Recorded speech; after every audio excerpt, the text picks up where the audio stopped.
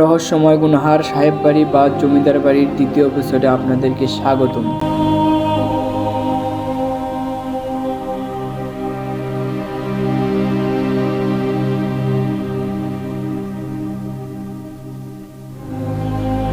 কিভাবে আমরা এই জমিদার বাড়ির দ্বিতীয় তলায় উঠলাম এবং এর ভিতরে কি আছে, ধন সম্পদ নাকি রহস্য ঘেরা নাকি অন্য কিছু। তো কি এমন রহস্য লুকিয়ে আছে এই জমিদার বাড়ির দ্বিতীয় তলায়? তো চলেন দেখে আসি কি এমন রহস্য আছে। জমিদাররা চলে যাওয়ার পর এই দ্বিতীয় তলাটি পুরোটাই পরিত্যক্তভাবে পড়ে থাকে।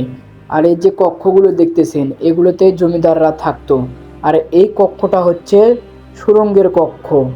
এই কক্ষ থেকে সুড়ঙ্গ ধরে একবারে সামনে যে ফার্স্টের এপিসোডে আপনাদেরকে পুকুরের রিভিউ দেখাছিলাম, সেই পুকুরে ওঠে এই সুড়ঙ্গ পথে। আর অন্যান্য ঘরে কি কি আছে তা দেখাবো, চলেন আগে বেলগুনিটা ঘুরে আসি। এই যে এটা হলো বেলগুনি, এখান থেকে মূলত বাইরের সব দৃশ্য দেখতো এবং অবসর সময়ে সময় কাটাতে এখানে আসতো তারা।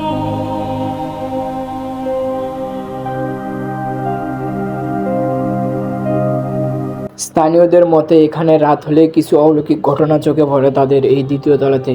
আর এই কক্ষগুলো দেখুন, দিনের বেলাতেও কেমন অন্ধকার হয়ে আছে খুব।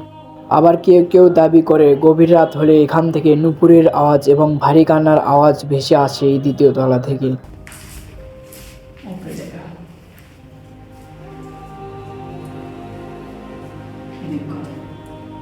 বর্তমানে এটা ভাঙ্গার অবস্থায়।